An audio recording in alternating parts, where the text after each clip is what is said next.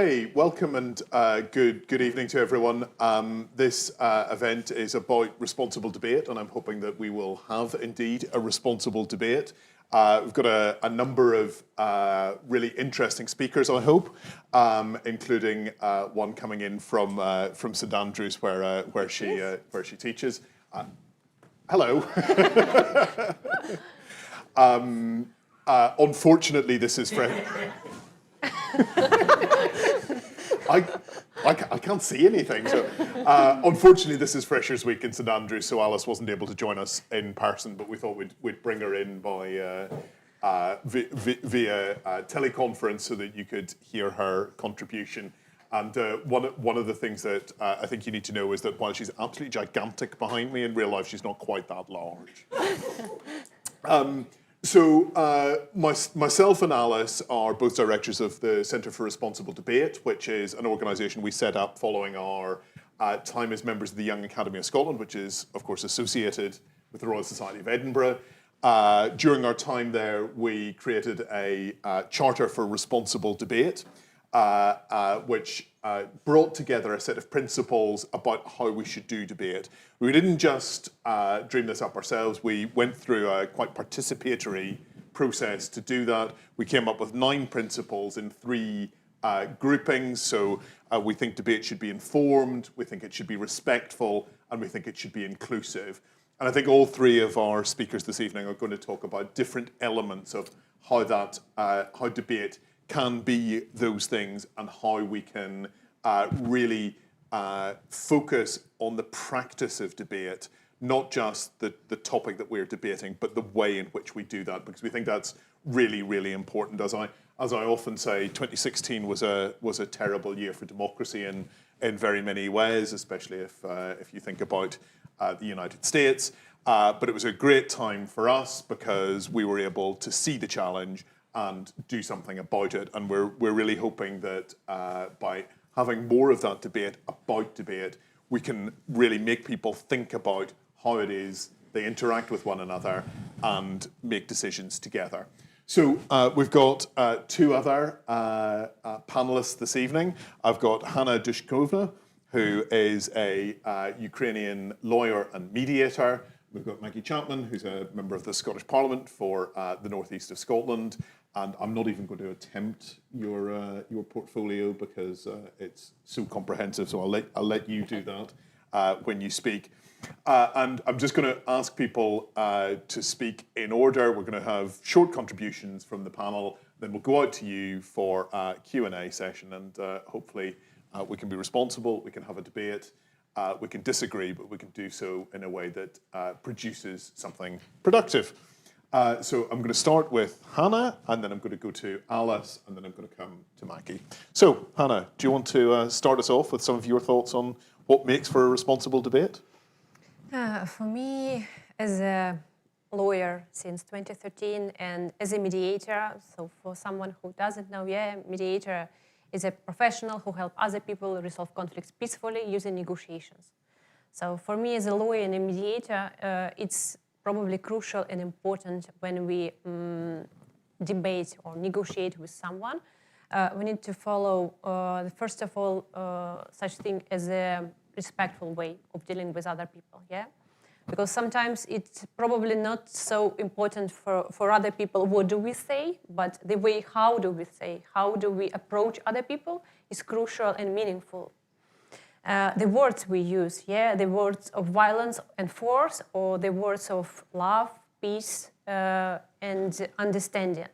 Probably the most valuable feedback I received from my clients who've been in the mediation process, and there's been different types of conflict. There's been workplaces conflicts, business conflicts, conflicts in the families between couples, sometimes parents and children. As well, conflicts in the educational environment, because I worked in Ukraine since 2019 as a house mediator in private school. So the most valuable feedback from people who've been in the mediation process, that they found this space safe and comfortable, space where they've been understood, where they've been heard and listened to.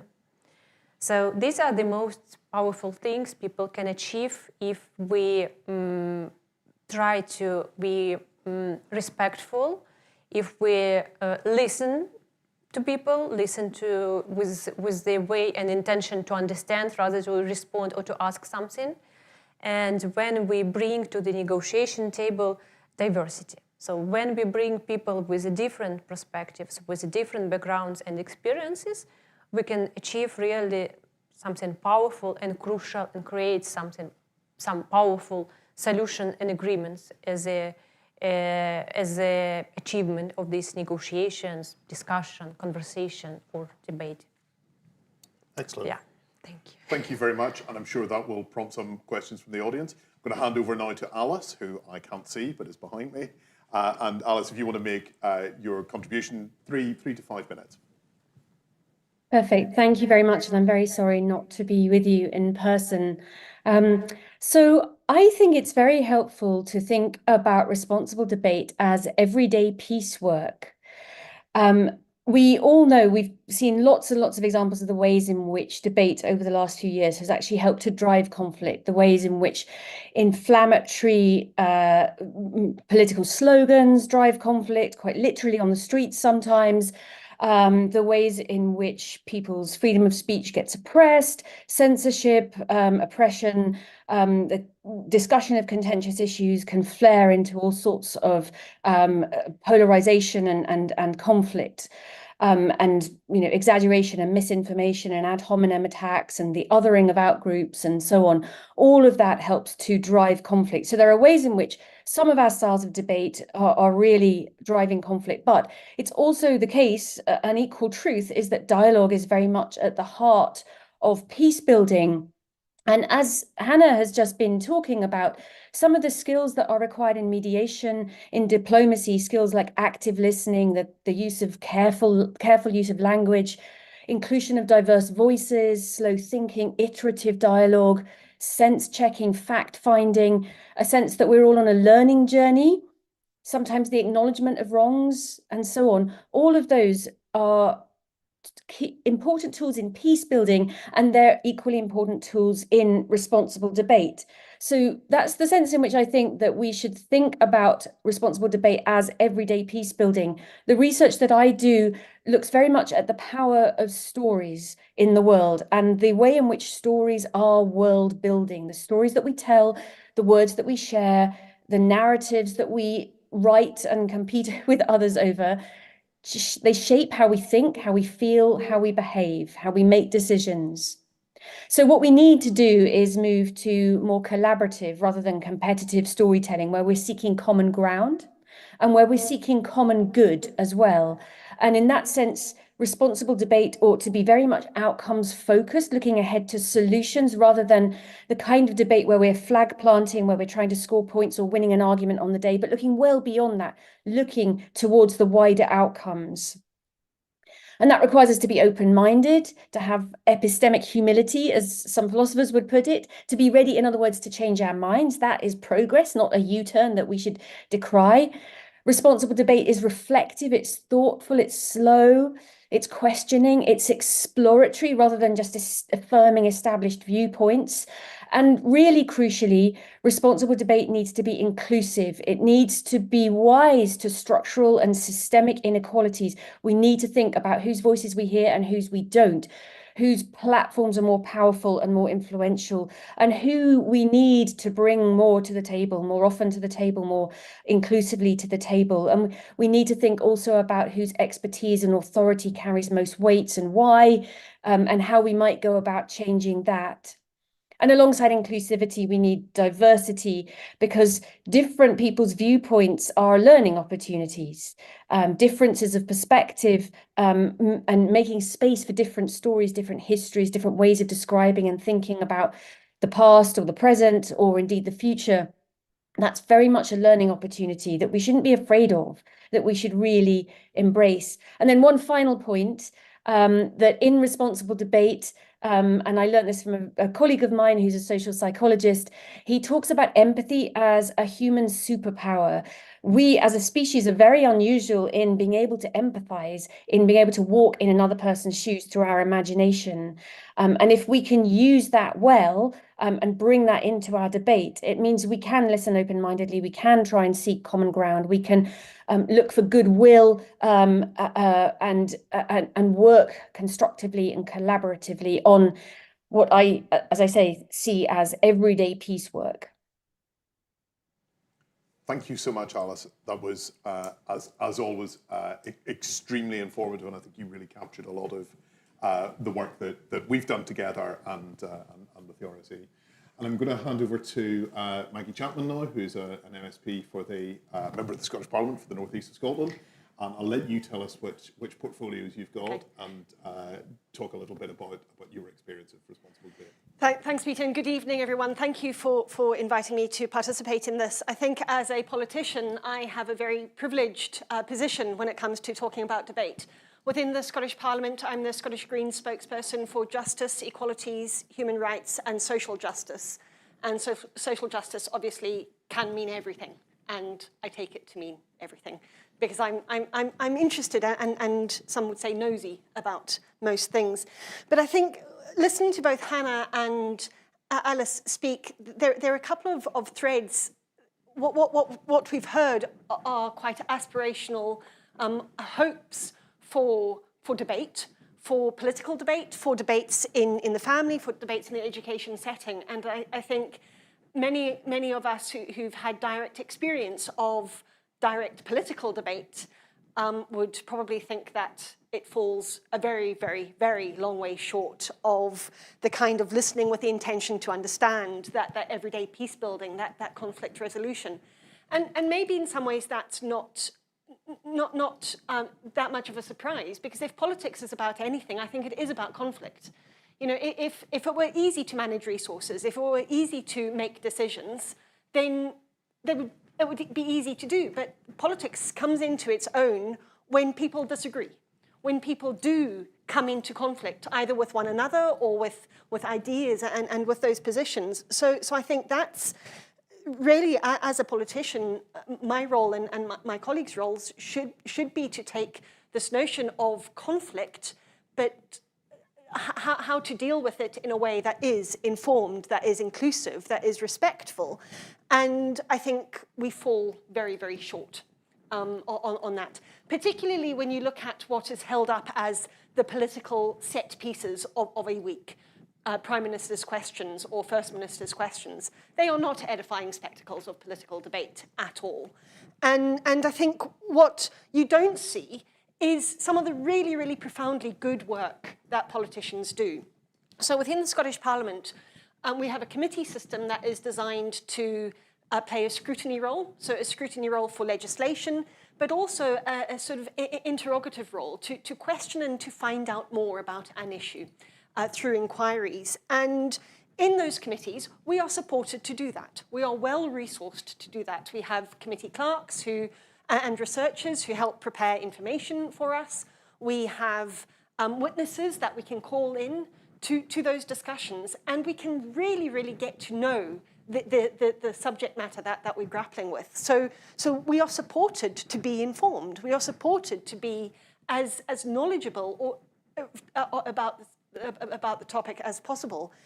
That doesn't mean to say that we will agree with all of the witnesses, quite often far from it, but that's part of that inclusion that Alice has spoken about, bringing in voices that we probably know are going to be challenging to hear, are going to be very, very different to our own views or the views that we bring to those discussions as party politicians. There's, as an aside, I think there's an assumption that committee inquiries and committee scrutiny is supposed to be objective. Well, no, we party politicians, we're there with manifestos, we're there with political ideology behind us. And the notion that there should be some objectivity in position, I think is deeply problematic. But I digress. I think what that shows us, and I think it was Oscar Wilde who said of socialism that the problem with it was it took too many evenings. And I think in some ways democracy is like that. Democracy done well takes time. And, you know, committee inquiries don't happen, you know, within a week. Sometimes they can take months. And if you want to be well informed, if you want to gather information and views from different voices, marginalized voices particularly, it takes time, it takes effort, and it takes resources. So I suppose there's something for me in political debate that probably we think of as political debate that is severely wanting, severely lacking, in that, you know, especially in a social media age, and I won't go on to talk about social media too much now, you can't have a well-informed, extensive and expansive discussion in a social media environment. But so I think there are significant challenges for society if we do think of debate as a way to build peace, that everyday peacemaking, as a way to deal with conflict. Then we need to treat it with the respect that it deserves, give it resources and give it time. And that's often what we don't seem to have very much of. And I'll leave it there and happy to take questions.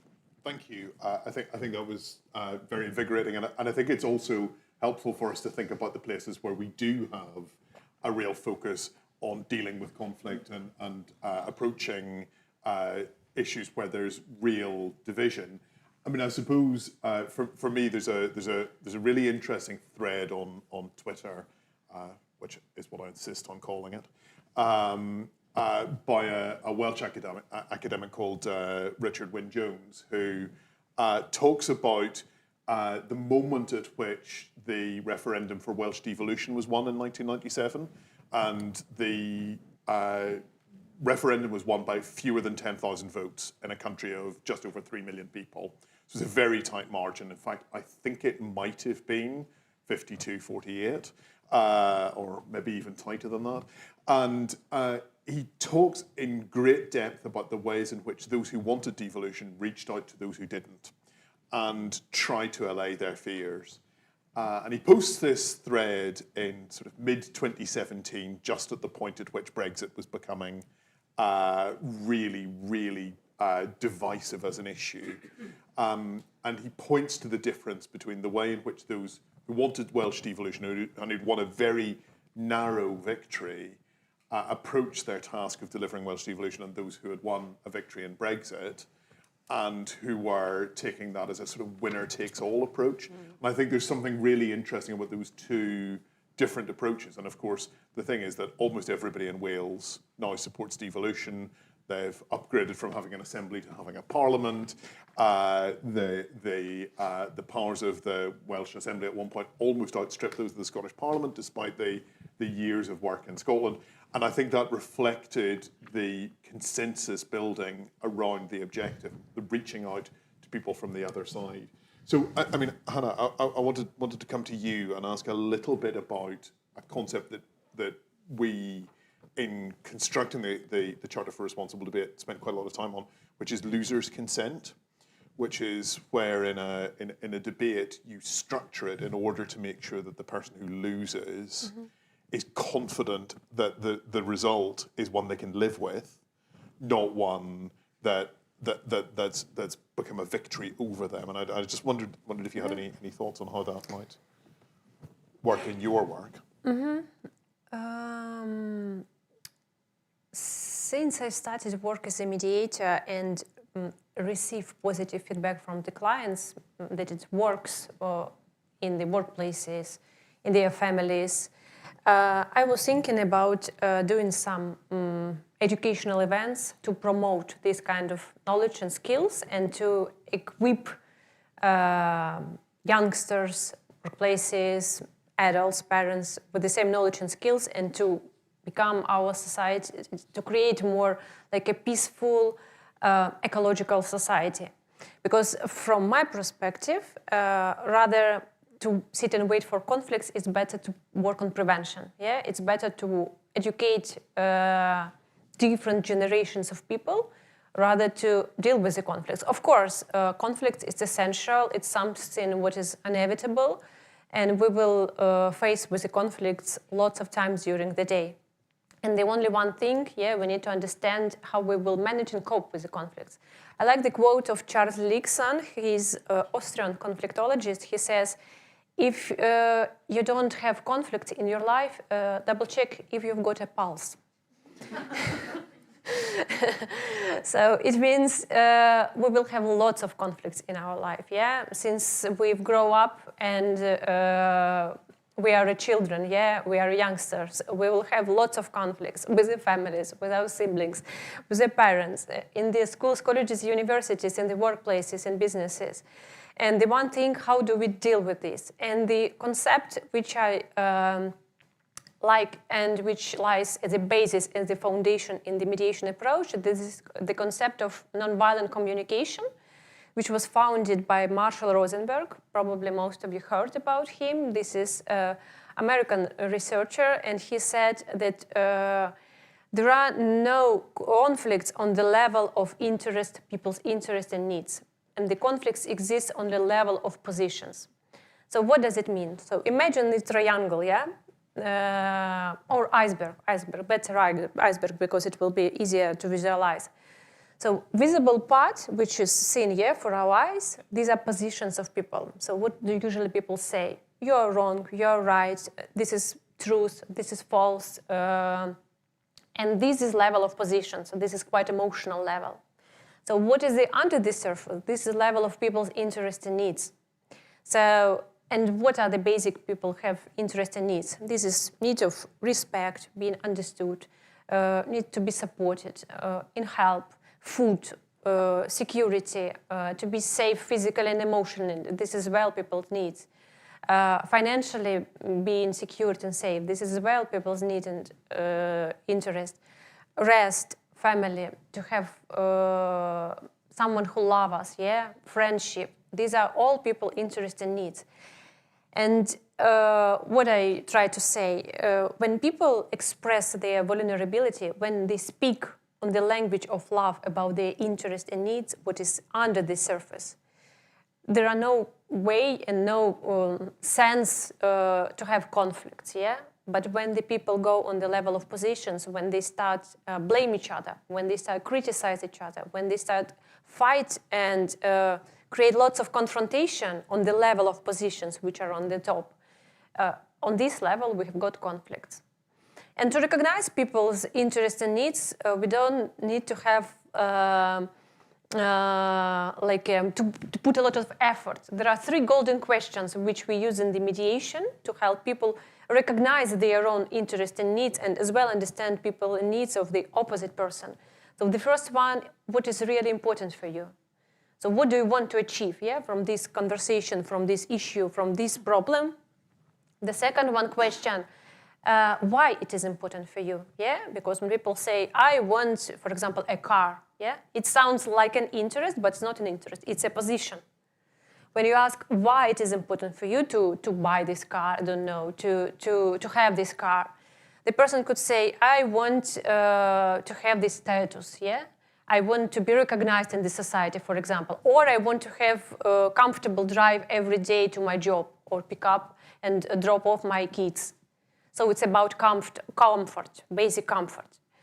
And the third one, golden question, what does it mean for you? So what is important for you, why it is important for you, and what does it mean for you?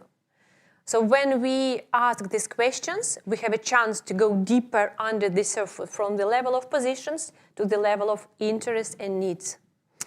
And as well, this one approach of nonviolent communication, which lies on the basis of mediation, sometimes we call as an approach to separate people from the problems. So when we don't understand and we don't recognize people as an issues and the problems. Quite a lot when we conduct trainings and workshops, and we with my husband, since we came to Scotland, we are both on our background, we are lawyers and mediators. We started our project to support Ukrainian displaced people, Ukrainian refugees, which calls Ukrainians Together. And in 1 year, the project scaled to the organization Social Enterprise Bring Together, and within our organization, we provide mediation services, and we provide educational trainings and workshops for the workplaces, for the businesses, for the young people, schools, colleges, and universities. And the third audience, these are displaced people, refugees, and not only Ukrainian, people from any kind of countries who have been displaced. And at the trainings and the workshops, I give such a task for people. Can you please, it's like individual work, can you please draw a picture of yourself in a conflict, any kind of conflict. You don't need to present and to share this like intimate information. Just make a picture of yourself in any kind of conflict. Should it be any recent your conflict in your life, workplace, family, business conflict, or community conflict, or customer. And quite a lot people draw themselves and symbolize themselves as a conflict. So they can make a picture at themselves as a conflict. And then I try to explain them that if you will try to approach yourself and use the approach of separation and dividing yourself from the conflict, it will be easier for you to cope and to find a strategy to resolve this conflict. Because yes, here on the picture, like how it's properly like ideal way to create the picture where you and your conflict are separated. So here is yourself, yeah, you're a big like a circle. You've got lots of resources, you've got lots of power, capacities. And here is a conflict, like something small circle, which is opposite you, and this is not similar to yourself. So we need to separate in our mindset that we are not in a conflict, and conflicts not who we are. Sometimes people could have conflicts in their life. Sometimes people could behave inappropriate and rude in a conflict. And it's not because people are rude and bad. It's because the situation isn't easy, it's tough, and for people it's sometimes challenging to cope with this situation and this issue. People could be unprepared. People could sometimes people don't have knowledge and skills about how to cope with the issues, with the problems, with the conflicts in a peaceful way. That's why I've mentioned from the very beginning that it's better to work on prevention. So that's why we try to do this a lot, so educating and spreading this knowledge about peace, peace building, resolving conflicts peacefully, dealing with the conflicts in a peaceful, non-violent, and ecological way with less harm to our beloved ones, with the people who are important for us, with our colleagues from the workplace, for our business partners, and of course with a general harm for community and society. Thank you. I think Alice. Alice, do you want to come in on that? I'm very happy to. Yes. I mean, it's what.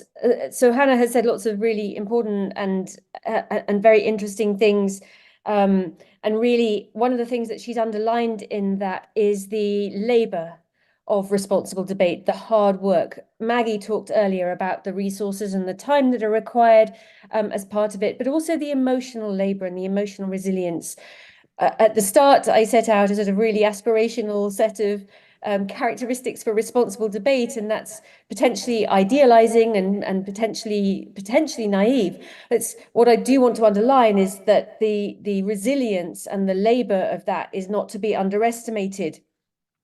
But one thing that I think I would follow up with on from Hannah's really interesting disaggregation of position, interests, and need is, again, to bring us back in a way to narrative and to storytelling. And I've been learning a lot recently from a narrative theorist and social scientist called Solon Simmons, who founded the Narrative Transformation Lab in the US at the Carter School.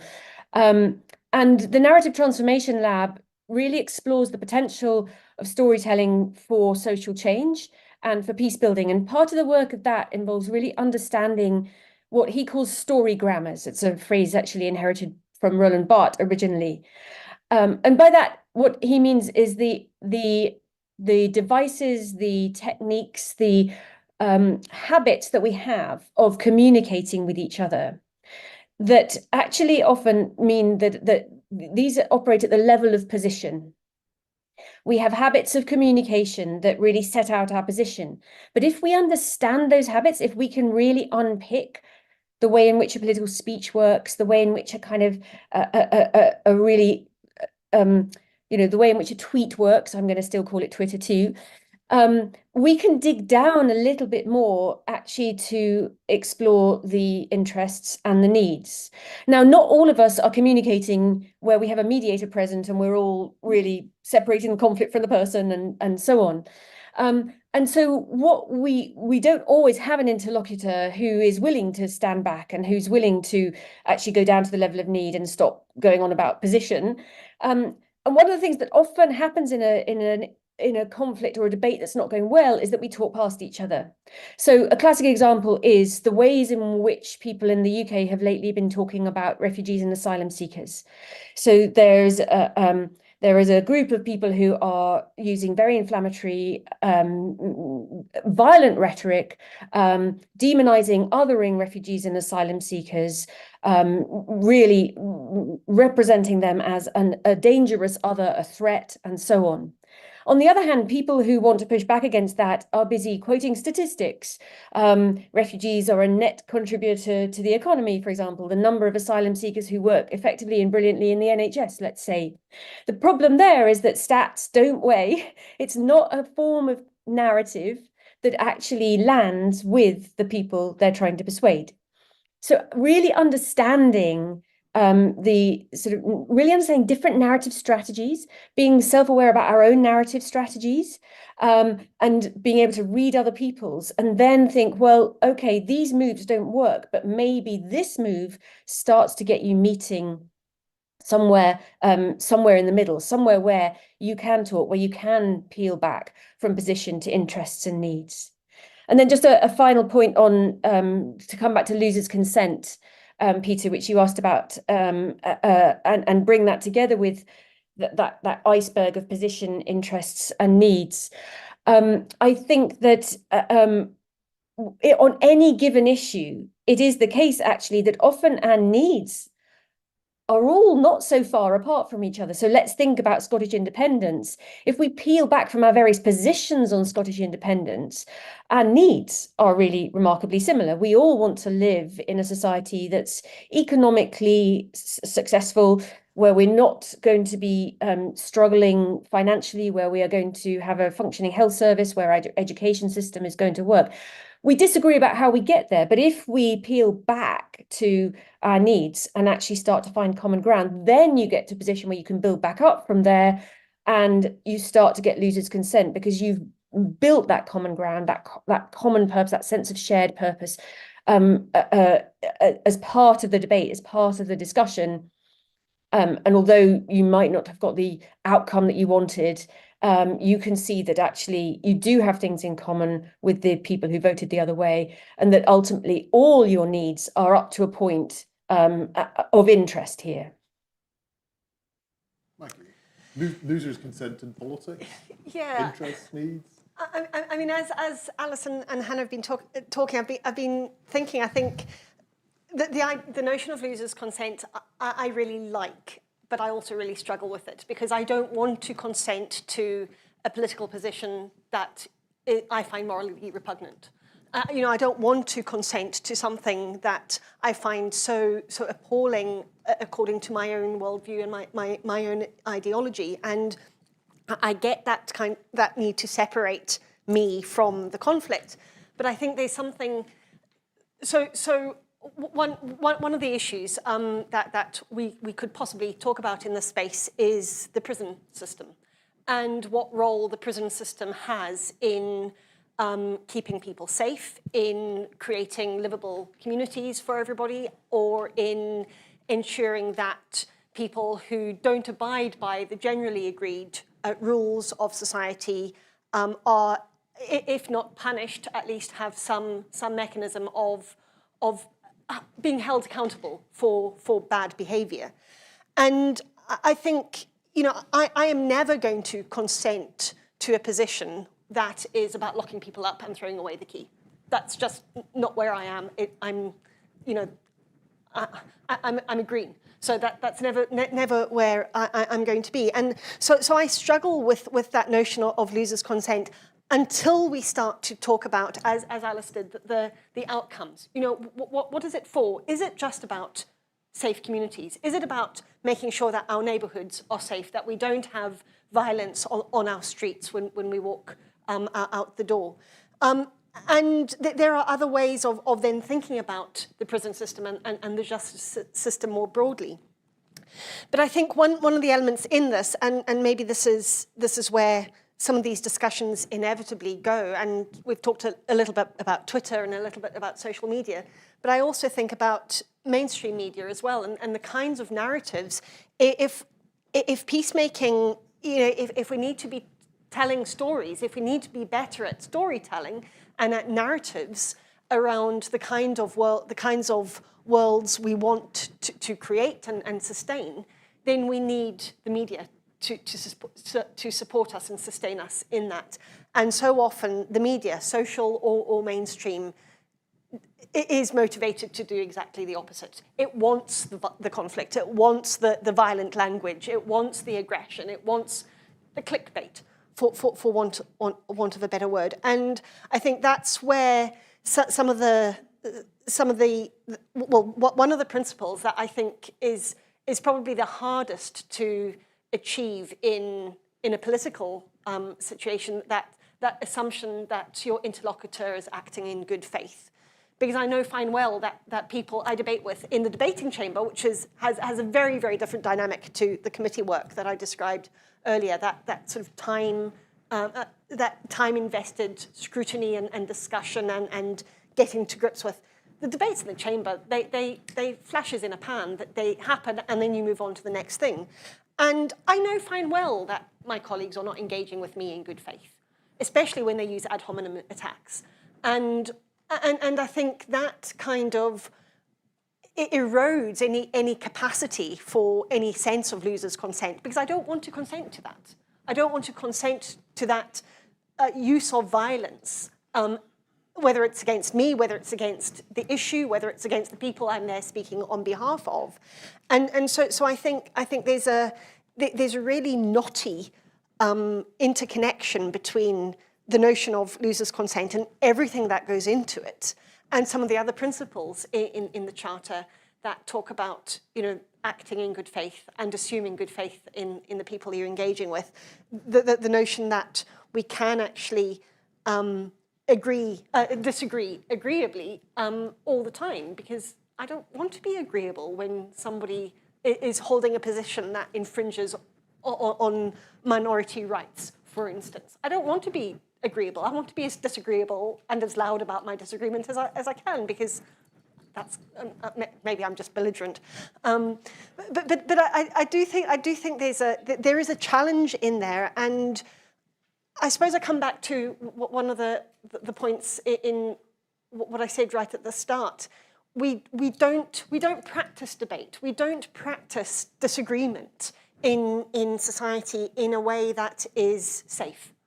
It usually comes at a point where if you lose, you lose bad. You either lose out on resource, or you lose face. You lose something that is fundamental to your existence. And until we do that, I'm not sure we can untie that knottiness between loser's consent and good faith and those kinds of questions that I've been talking about. But yeah, I mean,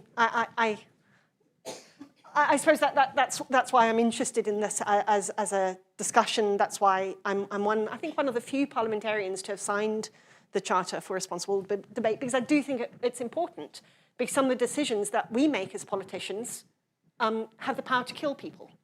And so therefore we should take those decisions very, very seriously. And I'm not sure we always do. Thanks. And I think there's a really interesting point there about practicing disagreement. And I think one of the things that I did was to debate at school, and that was probably a very, very bad thing.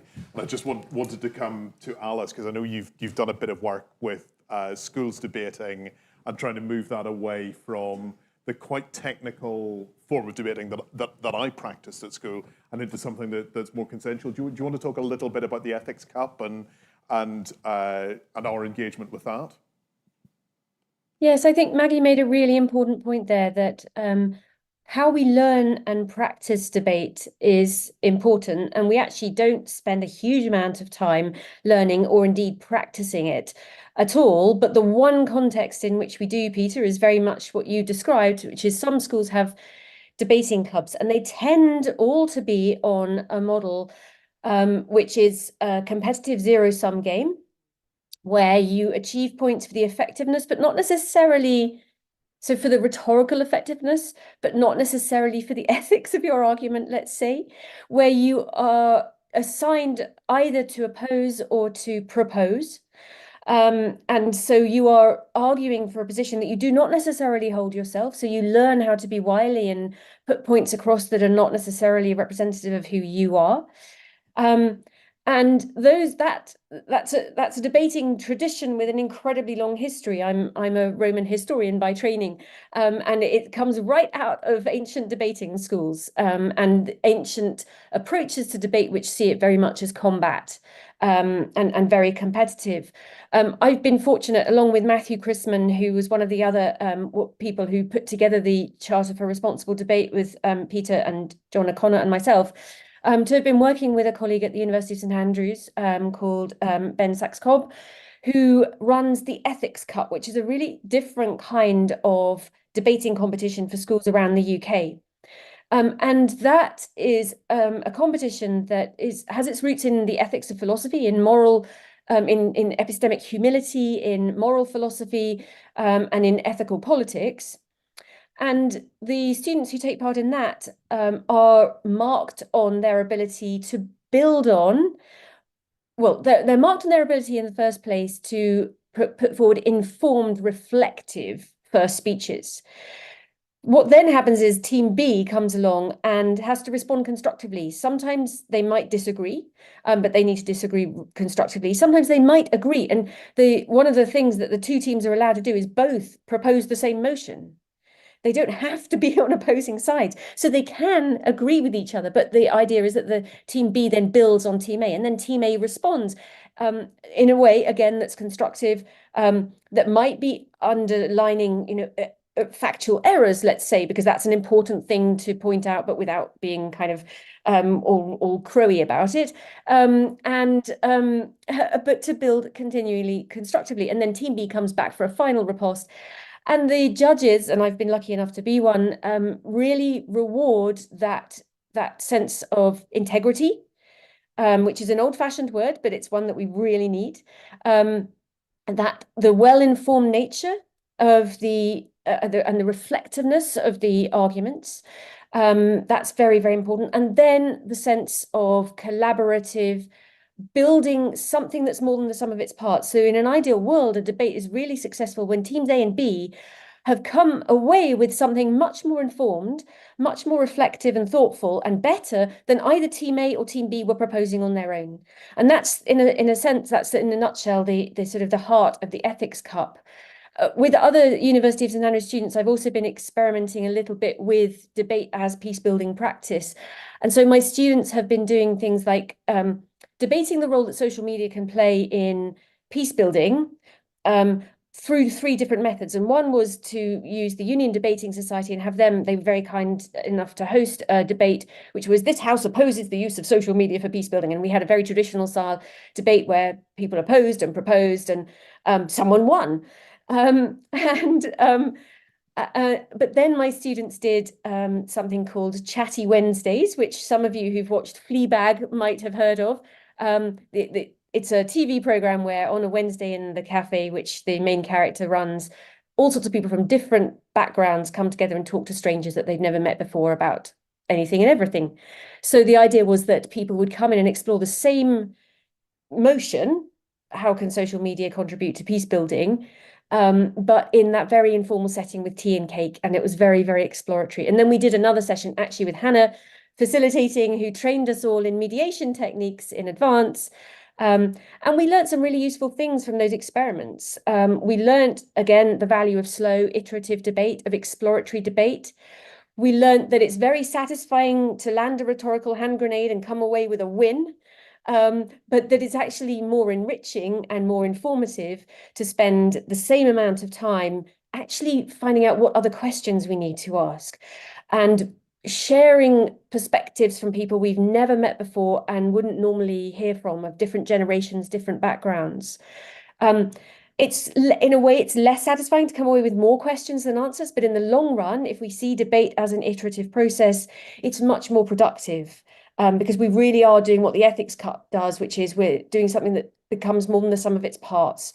That's really the nature of collaborative debate, where we really are leaning into each other's knowledge and experiences, going away and thinking about that, reforming our own views and our own viewpoints.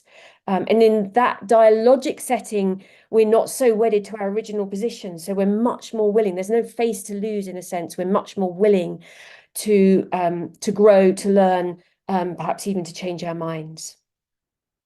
And can I just check who won the debate on whether social media is appropriate? Well, I disagree, so I don't have loser's consent on this one. But the argument that social media cannot promote peace building was the one that won, which I think is a devastating conclusion to draw. We can't cede social media to all the people who just want to drive conflict. So we do have to try. Super. I'm going to come to the people in the room and online for questions in a moment, so get formulating. But I'm just going to give Hannah the opportunity to come in there. And I think there's a really interesting point for me in some of what Maggie said about bad actors, how we deal with people acting in bad faith or people who are bad actors. How do you incorporate that into a mediation process? Before this, I wanted to add something about the consent, if you don't mind. What I wanted to add, sometimes for people it's really important to be presented with their voices, to give this validation that their voices really matters for us. That's why we don't need to put a goal to win or to achieve this consent. Yeah, because people's communication style, they are different. So some people could choose the strategy to compete. Some people could choose the strategy to accommodate or avoid from the conflict. But there are two mostly powerful and helpful strategies to resolve any kind of issue, which I try to support people while facilitating discussions in the mediation process. This is compromising and collaboration. And what is the difference about compromising and collaboration? Yeah, in the mediation process, I always say you don't need 100% agree with what other parties saying to us. Yeah, the only thing we need to learn how to listen to in a safe and peaceful environment, listen respectfully, without no interrupting, without no judging, expressing our an agreement in a rude way. We need to listen to and give a chance other people to present their voices. We can disagree. It's absolutely fine. But to find this way to find a solution on the principle win-win, it's tricky, but it doesn't mean that this is impossible. And as I mentioned, compromising and collaboration, these are two ways we can use to push people move towards each other, yeah, to build these bridges of communication, to overcome these challenges in communication. And what is the compromising about? Yeah, probably most of you know that compromising is 50-50. Yeah, 50% for myself, 50% for yourself. And collaborating, it's a little bit another, yeah, percentages. It could be sometimes 25-75. It could be 60-40. It could be even 90-10. I always present an example, quite basic example. Yeah, when we speak about like difficult theoretical things, it's easily for people to understand when you can present day by day some stuff, and people can try to reflect and implement this theory into their life and practice. Try to imagine that you have a wardrobe, yeah, and you need to share this wardrobe with your husband. So compromising is how? Half of the wardrobe for myself and half of the wardrobe for my husband. But I'm a smart wife, and I understand that I have more clothes than my husband, yeah? And probably I will need more and he less. I'm joking, but generally, if we both understand, yeah, that for myself, I need half of the wardrobe and 2 shelves up. And my husband understands that he needs only a couple of these shelves, and it's enough for his clothes. So it's about 25 and 75. And this is about collaboration. This is about cooperation. When we explore different opportunities, yes, we can, not necessarily we need to accept other person's perspectives, but we listen to their views. We try to explore while asking powerful questions, open questions. Yeah, we use all our active listening capacities and skills to understand other person, and we explore opportunities to find solutions which would be mutually acceptable for both of the one.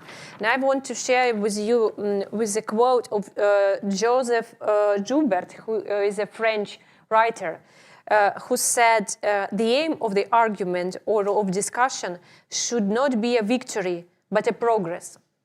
So when we put for ourselves the aim to win, we will do everything to compete. Yeah, we will do everything not to accept other person's views. We will do everything to criticize, to judge, not to show our empathy, not to show our respect to other people. But if we had the aim to progress and to find the solution, we will do our best. We will explore different opportunities. And another one quote from Luke Roberts, who says, conflict is good in negotiation process. It's the clash of two ideas, which then, all being well, produces a third idea. So two people, yeah? We have two people. Both of the people, they have two ears. But sometimes we need the third one ear, I mean, mediators or someone neutral, impartial, who is not engaged and doesn't take parties, both of the parties in a conflict. And with these two different perspectives, if we are engaged, if we are proactive, if we use our capacities to be open-minded and we are empathetic, we can really find the solution, another one, on the principle win-win, which could be collaborative solution for both of the parties. Thank you. Yeah. So I think Leslie Ann has questions that are online and questions in the room to be put in the normal fashion by the raising of the hand. So I'm going to move to the case for the opposite. No, sorry. I'll take here and then here and then here. And in the next round, I want to take only women, if that's okay. I do have three questions, but I understand just that, one.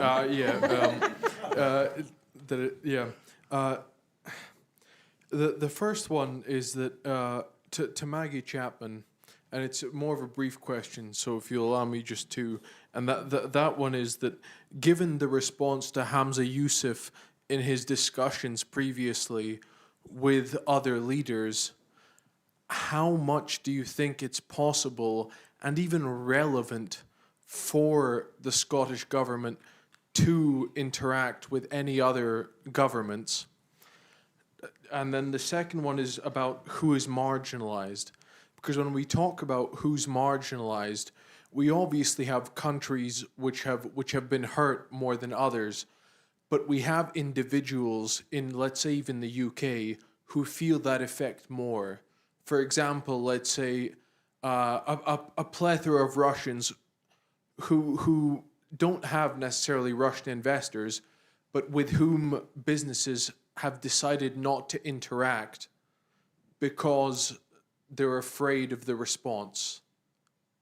And so then in deciding who's marginalized, I wonder if you have an answer or at least a debate that could be had about that. Thank you. Actually, can we take here first? And then... it's more of a comment, really, rather than... I'm just kidding. There seems to be kind of two connected things here. One is interpersonal skills and how we're dealing with people on a personal level. But we're also talking about systems of power. And it seems to me that there are two different things, two related but two different things going on here. Like, I feel like if I'm dealing with someone who I have a strong political disagreement with, I can treat them as a human being. They can treat me like a human being. We can have a conversation. We can leave a room without spilling blood on the floor. That's great. But it's not going to change, like, structural power imbalances. Like, I'm just looking at the plaque up there, Friends of the Society for RSE. I'm sure if I talk to someone from Shell or BP, they'll seem like a human being, but they're still killing the planet. But it's not on a personal level. That's a structural thing. So I suppose you're kind of looking at the limits of debate and how do we... surely we can do more with debate, because that's the whole kind of purpose of your talk, but what are the limits as well? And when do we just have to go, well, actually, there is no reasonable debate here. You are wrong, and you need to be defeated, for example. Maggie, there's a direct question to you there. Do you want to come back on that? Yeah, I'm not sure I understand your question. If I can just check that I understand it. You're asking what the relevance of Hamza Yusuf specifically, or Scotland's First Minister engaging with... Yes, Scotland's First Minister... Sorry, just wait for the microphone. Sorry. Scotland's First Minister engaging with them. You said that there's a certain amount of people who help with investigation analysis, but the relevance of the First Minister, and by extension the Scottish Parliament, engaging with other world leaders when the previous reaction, for example, to Hamza Yusuf, was so negative when Scotland tried to deal with other leaders? Okay, so I mean, I suppose, and I'm going to try not to present a partisan view here, but I think the First Minister and Scotland's government is, they are just that. They're the First Minister of a nation and the government of a country, and that government might not have the powers of an independent country, but they have certain powers, and so I suppose on that level there is an assumed legitimacy of those engagements with other leaders. I suppose the challenge arises when there are potential conversations that actually come into conflict around the exact powers that Scotland has, and is Scotland overstepping its mark, because actually it shouldn't be engaging in those. And I think that's where the party political, or at least the constitutional question is relevant, because if you want, as I want, Scotland to have a role on the world stage, building and making peace in the world, then absolutely we should be out there talking to people. We should be having those conversations, because we also learn from others. We learn how to be better at government. We learn how to be better at governance by having those conversations. So I think politics is certainly the way we practice politics in the West, and it's maybe in the Anglophone world more so. It's incredibly hierarchical, and so you're going to come into conflicts when you try and distort that hierarchy a little bit. And I think that's what devolved power does, is it distorts some of that hierarchy. And I think there's opportunity for growth, for development, for learning in that distortion, because we can actually, well, why does it have to be this way? You know, let's muck around with that system a little bit. And I think there's actually value in that distortion itself. So a lot of words to say, I think there is immense value in that kind of engagement from Scottish politicians with others, because we don't operate in a vacuum, and we certainly don't operate in a system curtailed by the UK's boundaries. Alice, can I throw the question about interpersonal relationships versus power relationships to you, and ask if you've got any observations on that? Yes, so as I understood it, the question about systems of power kind of had two prongs. One, are there some things that we just, that we don't debate, that we shouldn't feel the need to debate? And then to bring two other questions together, in a sense, thinking about who is marginalized in systems of power that affect how we debate. On the issue of the limits of debate, and are there some things we shouldn't debate, sometimes it is much more effective, not just for one's own position, but in order to stop a debate becoming a conflict, to not to engage. So an example of this very recently was in her first sit-down interview with Tim Walz. Kamala Harris was asked, look, President Trump said that you've only recently discovered that you're Black. And she said, same old, next question, please. And she quite wisely chose not to give that idea the oxygen of publicity, and to shut it down. Now, that's a relatively, that was something that was very comfortable for her to do in a setting where she was largely in control of that interview context. It isn't always the case. So In the report that we drafted, that we wrote for when we launched the Charter for Responsible Debate, we do have a section in that by one of our colleagues, Kevin Guyan, who talked about the fact that members of the trans community do not sometimes have the privilege of saying, I do not want to debate my identity with you, because other people are turning it into a matter of debate. And his argument was very much that sometimes not debating is actually a safer thing for marginalized people, or for people who do not have the same kind of systems of power and privilege that we do. And I suppose that gets me on to those issues of marginalization and structures and systems. Who is marginalized and who isn't changes.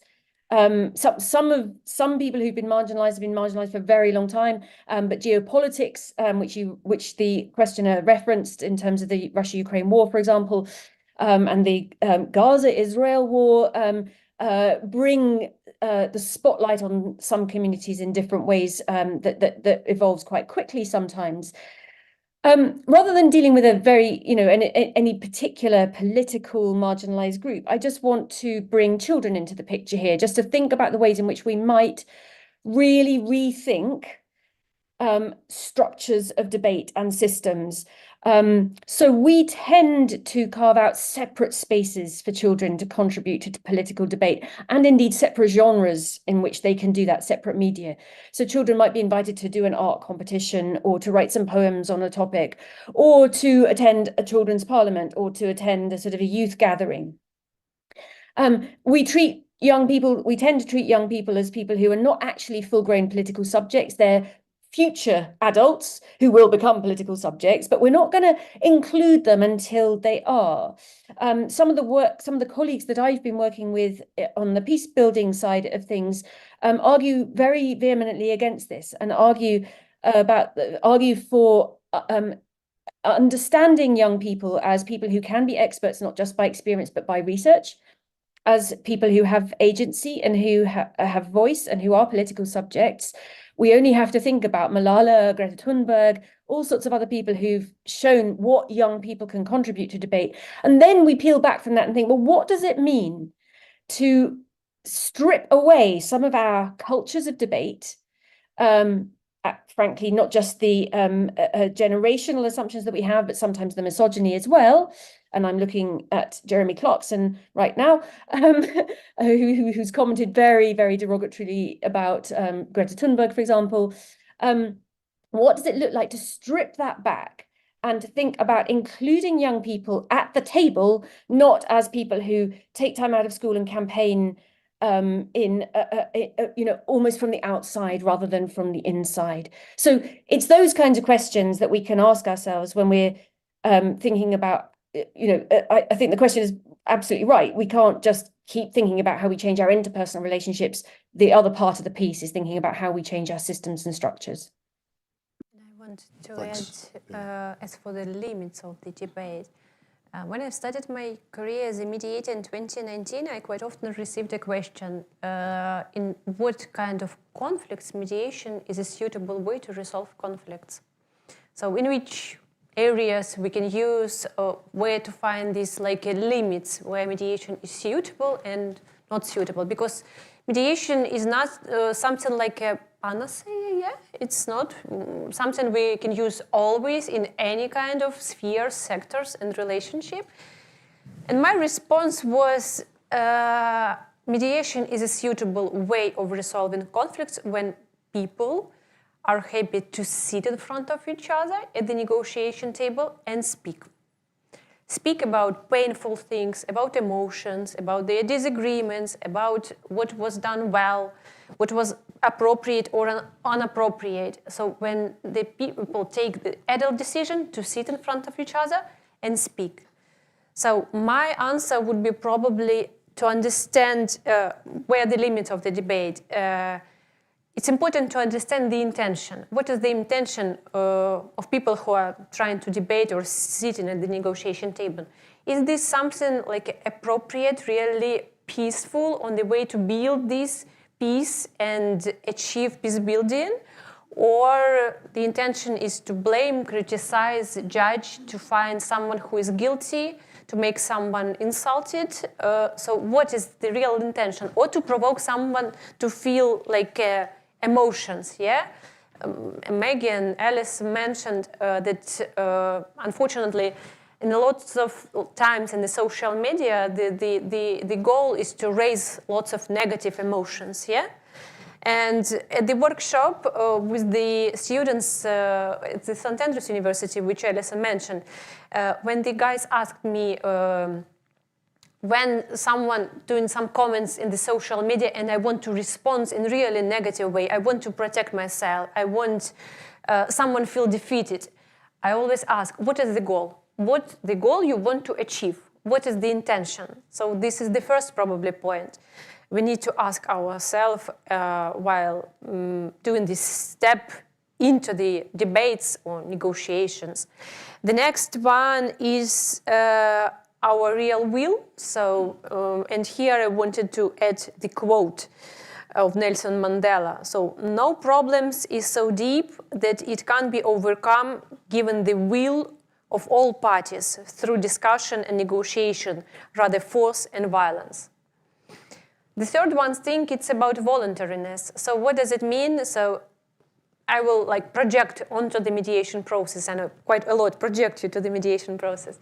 So to step into the mediation, and I always, when parties give me a call or send me an email that they want to solve the issue using negotiations, I always say what is the mediation is and give them some rules and structures about the mediation process. And one of the main principles in the mediation, this is principle of voluntariness. So mediation has got 4 main principles. This is confidentiality, so the whole process is confidential. We never spread information anywhere. Neutrality, as a mediator, I don't take sides. I don't give solutions, so I'm absolutely impartial to both of the parties. So these are their issue, they look for solutions. And the third one principle, this is self-determination.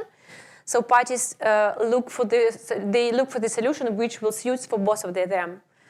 So this means they need to self-determine their own solution as well. They can, on the principle self-determination, they can find the mediator who would suit both of them. And the last one principle, this is voluntariness, which need to be on the top. It means so nobody could be forced to sit at the negotiation table and negotiate or debate with other person. So this is their own voluntary decision. So when, for example, I had such lots of cases, one party gave me a call and said, I want to settle the issue, the second party. And I asked, does the second party agree? And as usually the first party said, no, they even don't know about my intention. And I ask the second question, how do you plan to involve the second party in the mediation? Can you explain what is the mediation and give my contact number, details, and I will contact and give a follow-up contact with the second party. And when I contact with the second party, I always explain that this is a voluntary process. So I never force anyone to be in the mediation process and to choose me as a mediator. You can, after this conversation, you can choose another one in the register. So there is a Scottish mediation register or Ukrainian mediation register you can use and choose anyone, not necessarily me.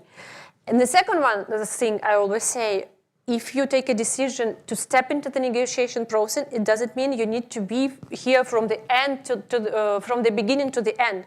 If in the middle of the process, if on the first meeting, you will understood that this process doesn't work for you, that this is something you plan to achieve, this not something you're expected to be in, you can say, okay, Hannah, thank you.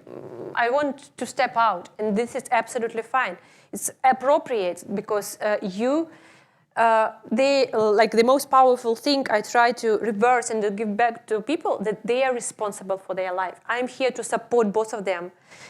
This is their life. I will never take sides for both of them because in conflicts we have two people, yeah, and they are both responsible for their life, for the conflict, and for looking for solution. So if you want to settle down your issue, if you want to take care of your emotional health, physical health, about your finances, about building relationship, restore relationship, or leave relationship without restoring, it's absolutely fine, but it is your responsibility.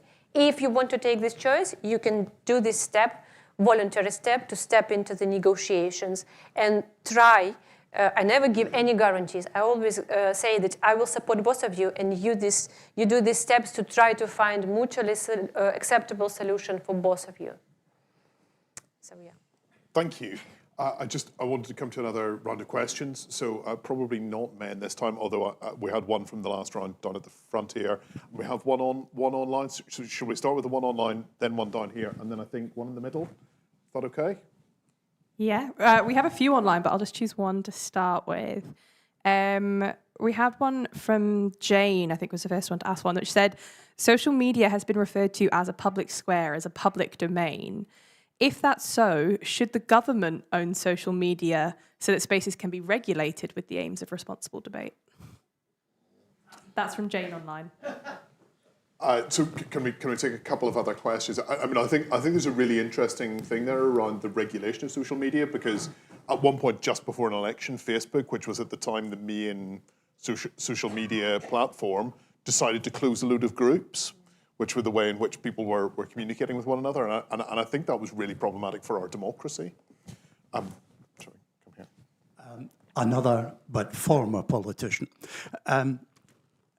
I got into negotiations 60 years ago when I was a psychiatric nurse. One of our patients had come from a Soviet gulag. That was my first negotiation. But most of my negotiations have been in business, and I haven't heard very much about that. Hierarchies come up. I'm making some challenges, not questions. That in business negotiation, particularly, we always started with the most junior person in the room leading off. Because then that always meant the person you were challenging, because you had a problem with them, had somewhere to look for relief, the senior people in the room. And that almost invariably worked. And I think hierarchy is a very important thing, but should be the opposite of the normal way. And I put that as a position. That's point one. The second thing I would suggest is that the debate hardly matters at all. The outcome matters if the debate has been worthwhile.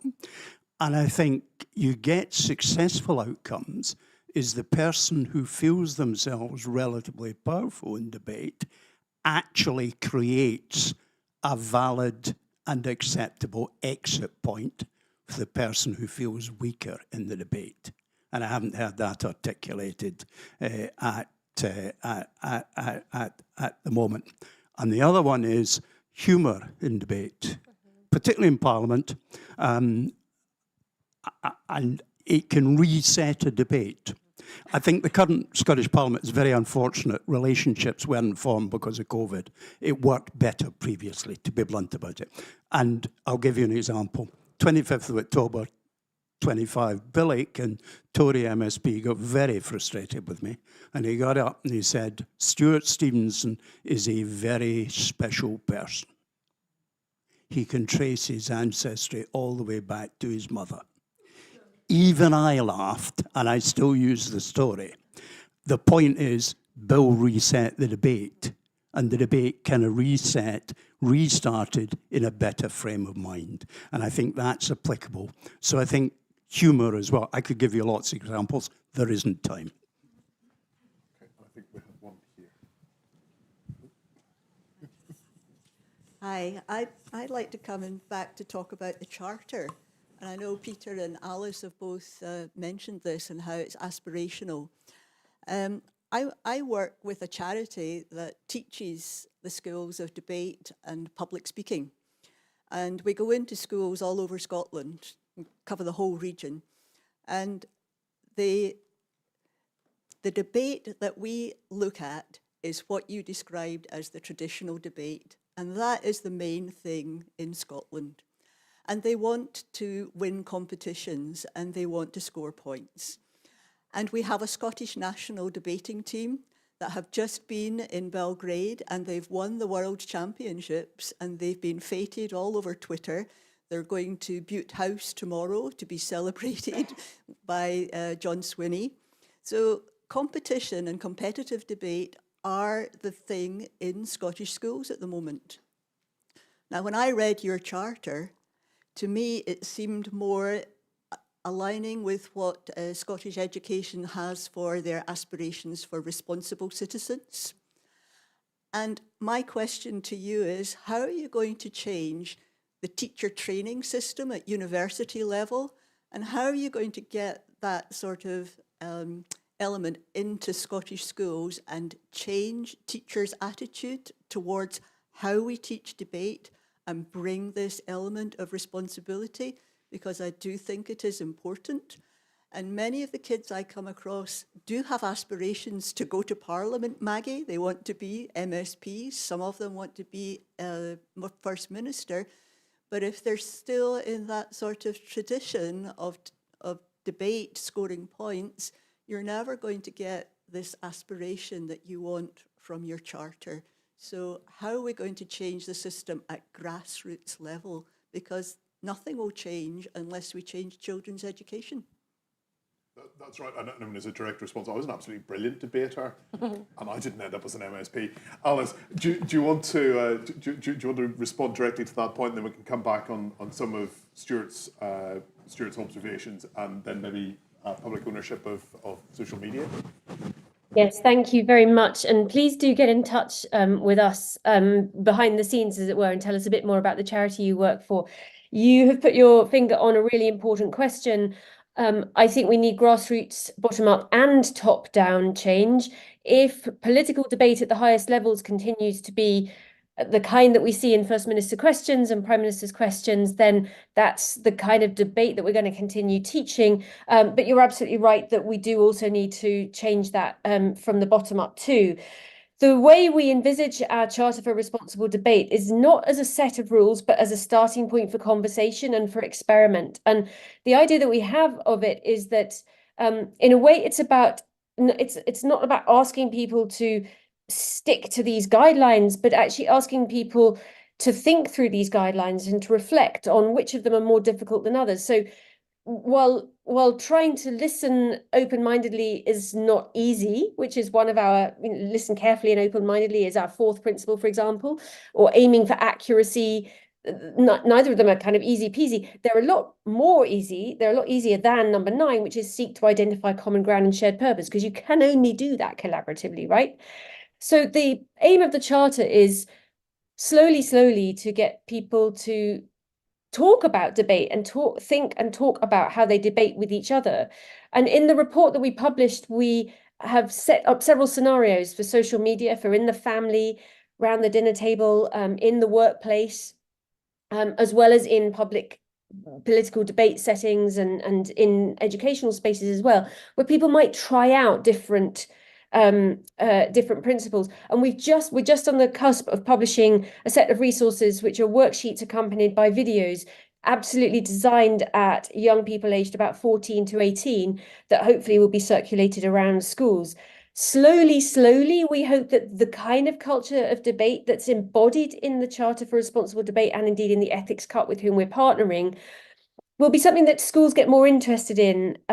We're not underestimating the challenge. A lot of schools engage with MUN, the Model United Nations, for example. And again, that's a sort of a top-down model that kind of the authority of the United Nations is something that then filters down into schools. And, young people are invited to represent China's interests on this particular issue or Bulgaria's interests on that particular issue. And there is a lot of value in that. There's a lot of value in the traditional debating systems. But what we hope is that this alternative approach that's more collaborative will start to gain traction more slowly, because what we really need is a slow grassroots change of culture, bottom up and top down, if we are going to move away. And I think the second questioner said something like the debate itself doesn't matter, it's the outcome. But the debate totally and utterly often determines the outcome. How we talk about the issue often determines what we decide. So we do need a culture change. And we'd love to talk to people like you who are working in this space to get more ideas about how we might embed that more, perhaps through citizenship teaching and teacher training, as you say.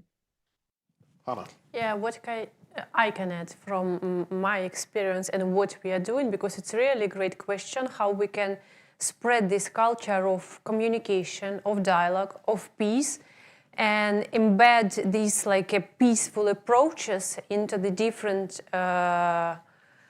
communities, workplaces, organizations.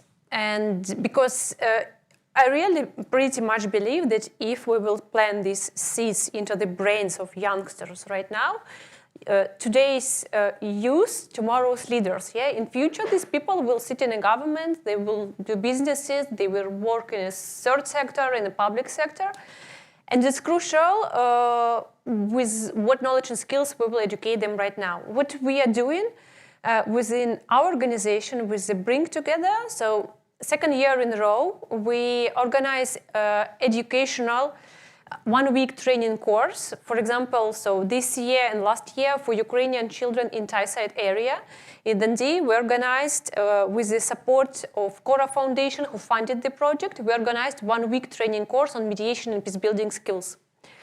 And we received lots of grateful feedback as from children and as well from parents who gave us requests. Could you organize something for us as well? We want to know because we see that behavior and interactions between children, they changed, but we want as well to fit into their new perspective and support their new knowledge and skills, and as well deal with them in more non-violent and peaceful way.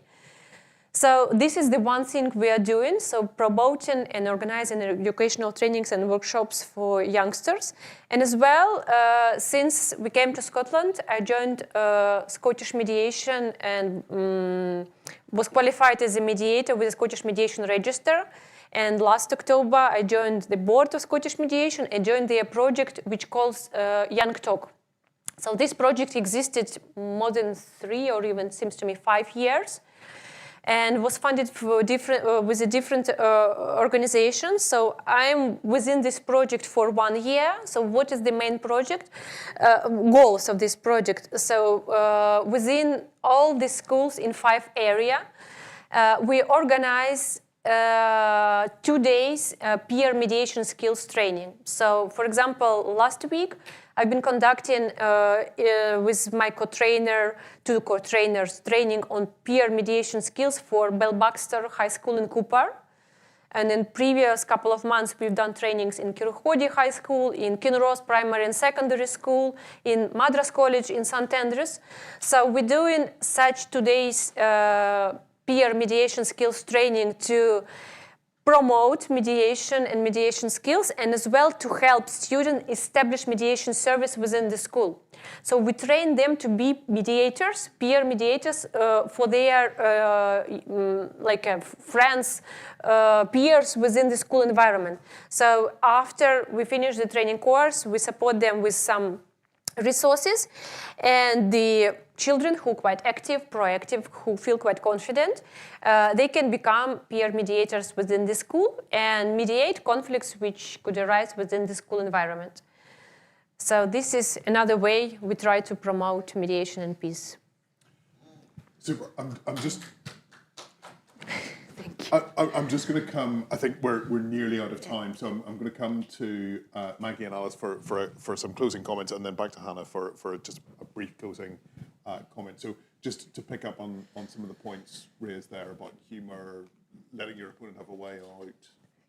Yeah, I mean, to pick up on Jane's question from online around who should own social media, I think I'm always interested in what purpose social media serves, and I think there's several different purposes that maybe it was established to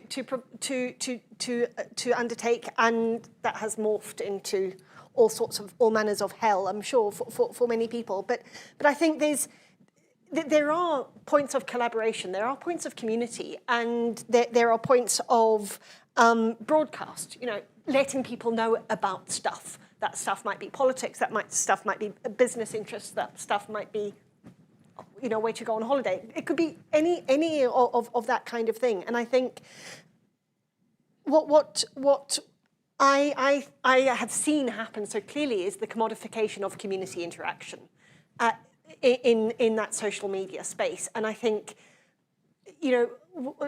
how do we not get that, not have state ownership of that, but how do we make sure that communities still have the power to say, actually, no, this conversation's gone far enough. We agree to move on or to do something else. So I think, Peter, you talked about regulation. I think regulation is actually key, and there'll be different types of regulation that are needed for different types. If you regulate in broadcast information sharing, that's going to be different to regulating communities of interest who are coming together to share experience or to share information, those kinds of things. Stuart's point about humour, I think is absolutely spot on, but it works best when there's that basis of trust and relationships. And I think you're absolutely right. So the last Holyrood elections was 2021. We were still in semi-COVID restrictions for several months. There are people who, there are other MSPs, there are 129 MSPs. There are MSPs who had not even seen all 129 15 months later, 15 months after the election. So, how can we disagree agreeably if you've never even seen the person in human form? Maybe on a screen, but never in human form. I think that's really, really fundamental. And one not final point, because I don't want to end on this. I think one of the challenges that in the absence of those relationships and that trust, what we've seen are, and I am going to make a comparison here, the worst elements from Westminster be enacted in the Holyrood Chamber. The banging of desks, the boorish yah-booing and shouting at each other, and that bad behaviour is rewarded, either because other people then join in, or it's so I think there's something really important about if we are serious, and this comes back to the point I was making about good faith. If we are serious and we want to assume good faith, we need to police each other's behaviour in very particular ways and not reward bad behaviour. And I don't think we are good at doing that because we haven't practiced doing that. The thing that I want to end on, my final piece, though, is I suppose I'm really, really taken with the notion, and I've heard Alice talk about this before, but debate as everyday piecework. And everywhere we look in the world, there is conflict. There are conflicts over resources. There are conflicts over territory. There are conflicts over wardrobes. There are conflicts over any manner of things. And we're terrible at dealing with that. And I think we do as a society. There's a real opportunity in what underpins the Charter for responsible debate that allow us to think about education differently, to think about how we train the teachers differently, to think about that kind of responsibleness that we all have as individuals, whatever our roles in society are, because we are all individuals, but fundamentally we're social beings, and we need that interaction, we need that engagement with each other, and that's I think Alice talked about empathy as being the human superpower. That's I think kind of encapsulates where I want these discussions to go for Parliament, but also for other settings, maybe all settings in community. Because if we get stuff wrong, the impacts on people, the impacts on our planet, the impacts on ecosystems are severe, and we don't really have that much time left to get very, very big conflicts and very, very big questions right. Thank you. Alice, can I come to you for some closing remarks? Yes. So social media regulation, of course, is essential, but whose government? There are certain governments around the world I would definitely not want regulating social media. So yeah, regulation needs to be looked at, but whether all governments or some governments or international government is exactly the right place. I do absolutely agree that humour is valuable, and as Maggie said, that it rests on interpersonal relationships. When Peter and I did a Festival of Politics event a couple of years ago around the Charter for Responsible Debate, we were on a panel with an American pollster who made an argument which I found very powerful and persuasive. he argued that American democracy started to fray at the edges when cheap flights between different states became the norm. And his argument was that before then, or everyone involved in the US Senate had to spend lots more time there. But the minute it became much easier to fly home for the weekend, to fly home to your echo chamber, to fly home to the people who you need to persuade every Friday evening, Saturday, Sunday to keep funding your campaign, to keep funding your office, those interpersonal relationships started to sort of fade away. And at that point, he argued, that's the point when American politics became increasingly tribal. So those interpersonal relationships really do matter. We are real people. We're social beings. We are a social collaborative species. But one of the things that we maybe need to invest more time in is that social dimension, and is the collaborative work that has been at the heart of our discussions all evening, but not even in the context of debate necessarily. And just oiling the wheels of those social exchanges really matters. And then just coming back to Maggie's final point, we talk about this a lot, we face a number of existential challenges. Climate change is an existential challenge in itself, but it's also driving conflict increasingly in the Sahel, in all sorts of other parts of the world. That in itself is contributing to what people like to refer to as the migration crisis, which sometimes is a storytelling crisis as much as anything else. And so on, and that then spills over into conflict at home, not just conflict that's sort of international armed actors, but perhaps that we cannot address any of these existential crises unless we address the other big crisis in the room, which is our increasingly frayed, increasingly polarized, increasingly tribal, inflammatory cultures of debate. And the riots that broke out a few weeks ago in the UK, people were quoting language that was spoken in Parliament, in the Westminster Parliament, that was facilitated by that reward system, that bad culture that Maggie referenced. And until we get on top of that and do some more self-policing, we are not going to be able to get our debating culture into a situation where we can actually talk about sharing our planet's resources, talk about addressing some of these other existential crises. So this is not a nice to have, this is a need to have skill and culture change. Just one final point from me. Peter and I, as you may have picked up, are energetic debaters. And as authors of the Charter for Responsible Debate, we have occasionally had family members remind us that in a family context, we're not necessarily the most responsible. I mention that just to underline the point that we're not preaching from on high. We are people who have to work hard at it on a day-to-day basis. But the more we kind of step back and kind of keep bringing ourselves back to some of these principles, the more we do get better at it. We're not perfect. We have all sorts of moments where we do continue to throw rhetorical hand grenades. But we practice. And this is the everyday piecework. Peter's disagreeing, obviously. He clearly doesn't do this anymore. But the everyday piecework that we can do is commit on a regular basis just to kind of honing and reflecting on our debating skills with everyone around us. Thank you. And Hannah, Yeah. just a brief Closing statement. I wanted to say that everything starts from us. The war and peace starts from us. So if we want to change something in the world, we need to start firstly from ourselves. It's probably the most difficult and the challenging thing we can do. Because to answer the question, is it easy to change something in myself? It's probably better to ask a question, was it easy to change something in my husband, my children, my relatives? It's difficult, but it doesn't mean that it is impossible. The second thing I wanted to say, if it costs us our peace, it is too expensive.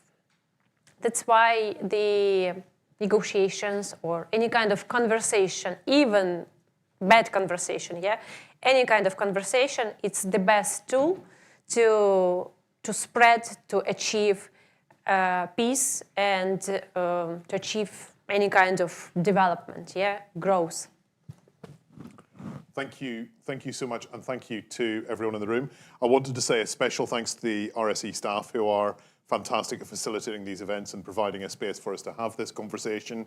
I want to thank our speakers, Maggie Chapman, Alice Koenig, who's behind me. And it should be said that when we were in the inception meeting for this, I said that I was a bit of a combatant in debate, and Alice did agree a little bit too enthusiastically with that. So I still hold that against her.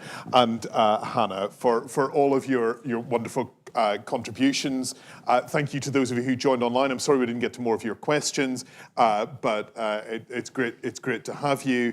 Once Alice is taken off the screen, you're going to get a QR code, which will give you the opportunity to see all of the other fantastic events in the Curious programme, which I can highly recommend.